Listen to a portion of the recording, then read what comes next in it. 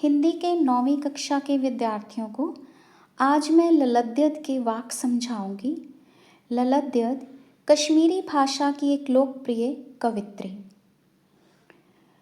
आइए सबसे पहले इनके वाक्य का वाचन करते हैं।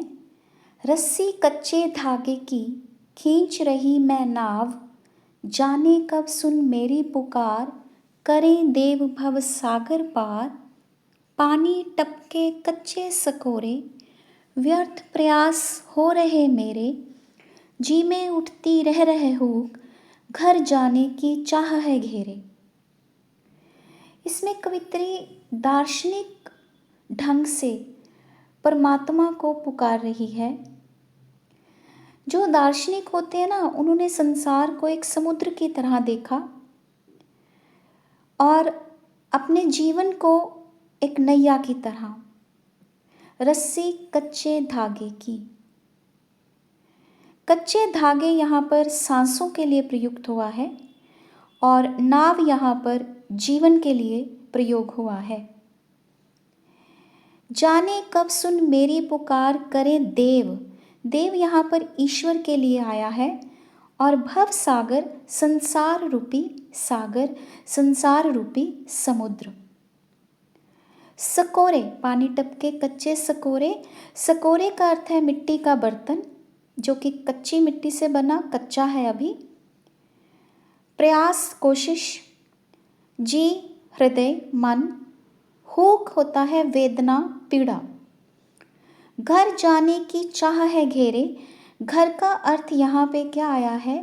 परमात्मा का घर, संसार से मुक्त होकर मोक्ष की प्राप्ति।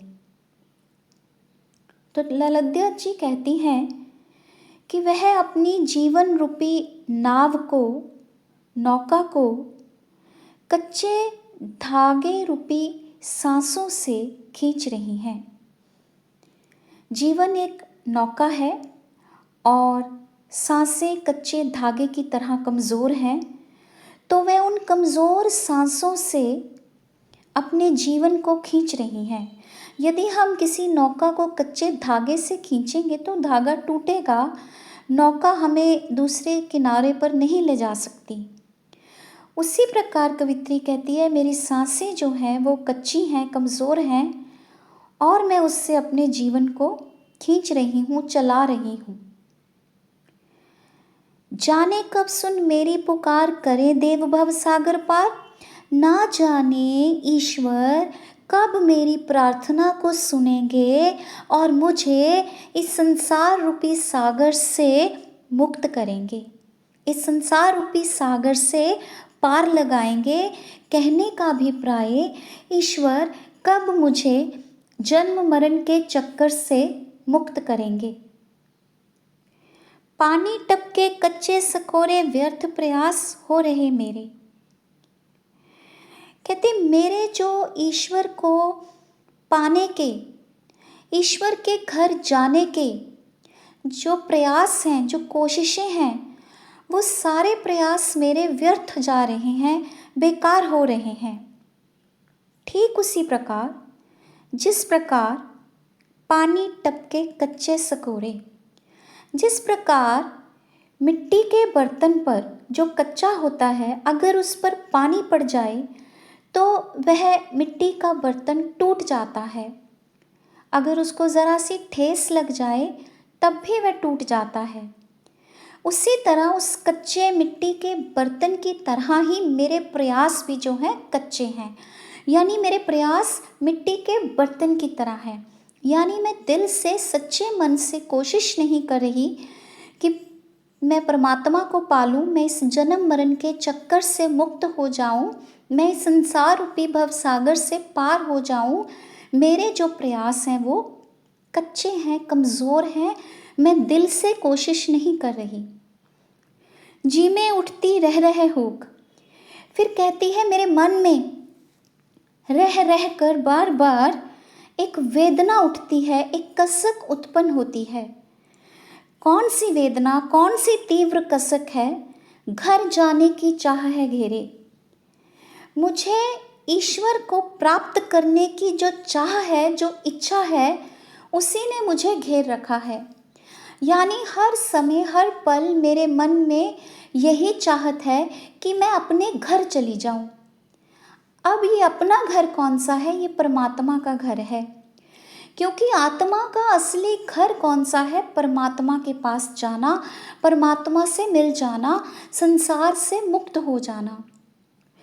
तो यही ललकदेव कवित्री यहाँ पे कह रही है कि मेरे मन में बार बार पीड़ा उठती है कि कब मैं अपने घर को चली जाऊं।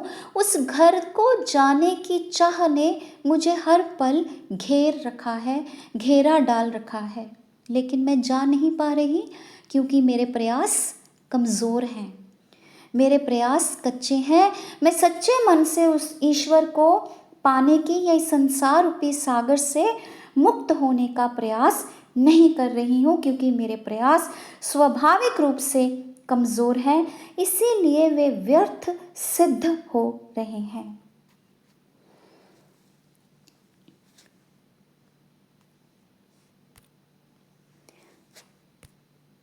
दूसरा वाक्य करते हैं। खा खा कर कुछ पाएगा नहीं, ना खाकर बनेगा अहंकारी। सम खा तभी होगा संभावी, खुलेगी सांकल बंद द्वार की। अब यहाँ पे खा खा शब्द खाना का अर्थ नहीं है कि हम कुछ खा रहे हैं, इसको भी आपको बहुत गूढ़ अर्थ में समझना पड़ेगा।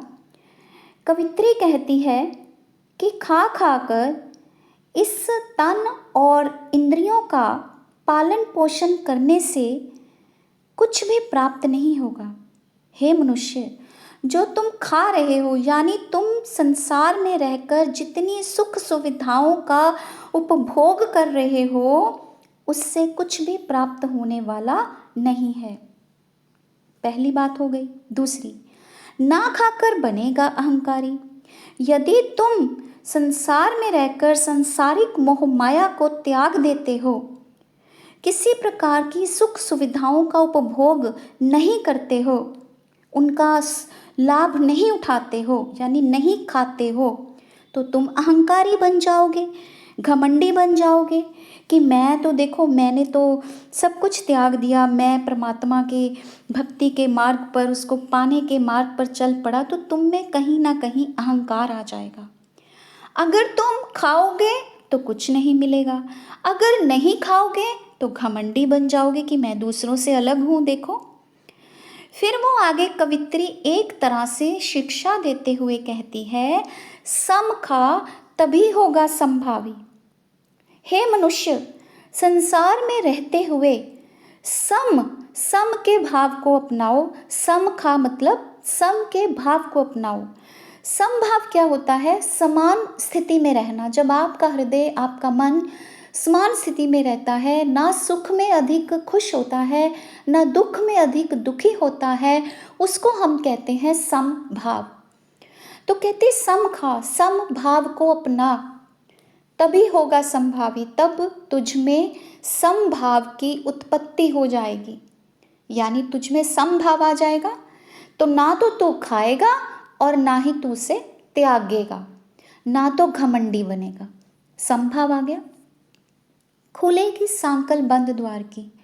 जब तुम इस समभाव को अपना लोगे, जब तुम्हारे हृदय में ये उत्पन्न हो जाएगा, तब बंद दरवाजे की जो सांकल है, जो उसकी कुंडी होती है ना, बंद दरवाजे की जो सांकल है, वे अपने आप खुल जाएगी।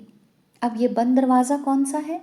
ये बंद दरवाज़ा मुक्ति का दरवाज़ा है, मोक्ष का दरवाज़ा है, कि तुम्हारी चेतना व्यापक होगी। कॉन्शियसनेस, तुम्हारी चेतना व्यापक होगी, तुम्हारा मन संसार से मुक्त हो जाएगा और तेरे जो मन के बंद द्वार हैं उसकी जंजीरें खुल जाएंगी। जब मन के बंद दरवाज़ों की जंजीरें खुल जाएंगी तो उसका अर्थ यही है कि मुक्ति का जो बंद दरवाज़ा है वो खुल जाएगा जब तुम समभाव पर चलोगे। अगला करते हैं वाक्य तीसरा। आई सीधी राह से गई न सीधी राह, सुषुम सेतु पर खड़ी थी बीत गया दिन आह, जेब टटोली कौड़ी ना पाई, माझी को दूं क्या उतराई। अब इसमें कवित्री ने एक तरह से हठ योग की साधना का उल्लेख किया है। हठ योग क्या होता है? हठ योग होता है जब हम हठ करके, जिद करके ऐसा योग, ऐसी तपस्या करते हैं जिससे हमें लगता है कि परमात्मा जो है हमें हठ करने से मिल जाएगा। एक तरह से हमारे शरीर में 3 नाड़ियाँ होती हैं, इड़ा, पिंगला और सुषुम्ना। इन तीनों नाड़ियों को आधार मानकर हठ योग किया जाता है, योग साधना की जाती है। तो कवित्री कहती है कि इड़ा पिंगला के सीधे मार्ग से मुझे सांस आई थी, जो सांस आई थी अर्थात जो आत्मा सीधे रास्ते से मानव शरीर में आई थी, आई सीधी राह से, कि मैं इस दुनिया में आई तो सीधे रास्ते से, गई ना सीधी राह, लेकिन मैं सीधी राह से नहीं गई, अर्थात मैं वापस उस परमात्मा के पास दोबारा से नहीं गई, क्योंकि मैं सारा जीवन सांसारिक मोह माया के रास्ते पर चलती रही, जो रास्ता सीधा नहीं है। आई मैं इस दुनिया में सीधे रास्ते से, आई मैं इस दुनिया में इड़ा पिंगला के सीधे मार्ग से, लेकिन इस दुनिया में रहते हुए मैं इस दुनिया के मोह माया में छल कपट पर के रास्ते पर चलती रही, मैं सीधी राह से वापस नहीं गई। यानी कभी भी मैंने सहज साधना के मार्ग को नहीं अपनाया।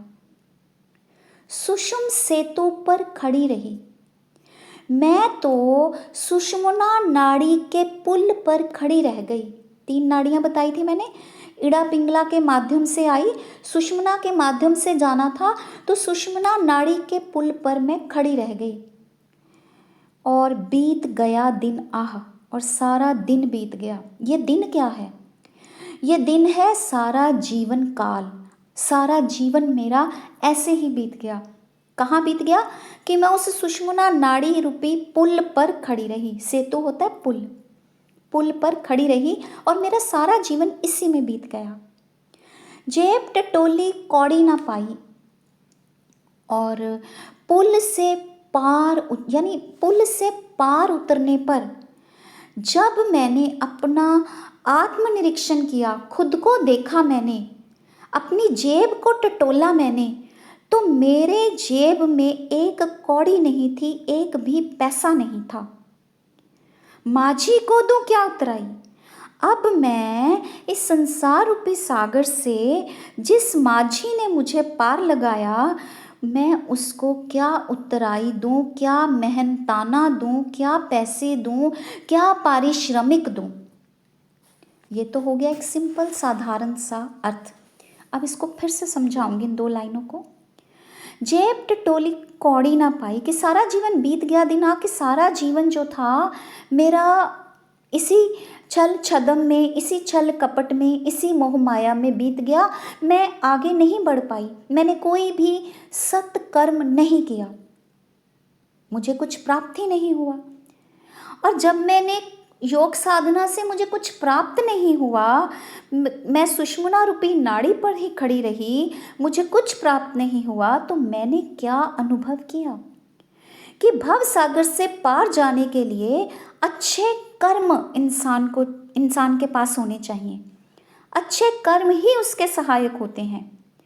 जब उस ईश्वर रूपी माझी ने, माझी होता है जो नाव चलाता है, नाविक, जब उस ईश्वर रूपी माझी ने मुझे भव सागर से पार उतारा, तो मैं समझ ना पाई कि मैं उस गुरु को भव सागर से उतराई का क्या पारिश्रमिक दूं, क्या पैसे दूं, जिस गुरु ने मुझे मुक्ति का मार्ग दिखाया।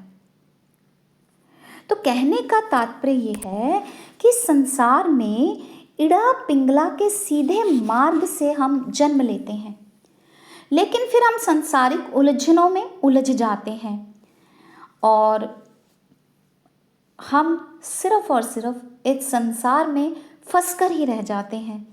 जबकि हमें संसार से पार उतरने के लिए हमारे पास जेब में क्या होना चाहिए? सत्कर्म, अच्छे कर्मों रूपी पूंजी होनी चाहिए, जो कि हम इस संसार रूपी सागर से पार उतारने वाले माझी को दे सकें।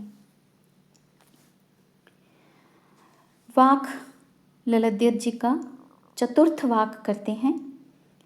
थल थल में बसता है शिव ही, भेद न कर क्या हिंदू मुसलमान, ज्ञानी है तो स्वयं को जान, वही है साहिब से पहचान।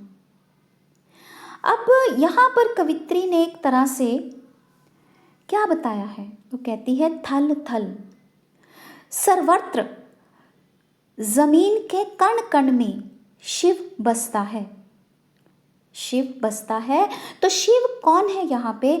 शिव यहाँ पे शिव जी के लिए नहीं आया, शिव यहाँ पे ईश्वर के लिए आया, उस एक अदृश्य शक्ति के लिए आया। तो थल थल में, संसार के कण कण में शिव विराजमान है, वह ईश्वर विद्यमान है। भेद न कर क्या हिंदू मुसलमान, तो तुम्हें हिंदू और मुसलमान में कोई भेदभाव नहीं करना चाहिए। ज्ञानी है तो स्वयं को जान, यदि तुम ज्ञानी होने का दावा करते हो तो सबसे पहले स्वयं को परखो, स्वयं को जानो। यदि तुम वास्तव में ज्ञानी हो तो सबसे पहले स्वयं को पहचानो, वही है साहब से पहचान। वास्तव में उस परमात्मा से असली पहचान वही है जब तुम स्वयं को जान लेते हो। साहब का अर्थ क्या आ गया अंतिम पंक्ति में? परमात्मा, ईश्वर। क्यों? क्योंकि ईश्वर तुम्हारे हृदय में निवास करता है। जब तुम स्वयं को जान लेते हो अपने ज्ञान के माध्यम से, तो तुम्हें ईश्वर भी पहचान में आ जाता है कि भाई ईश्वर जो है ना मेरे अंदर ही विद्यमान है।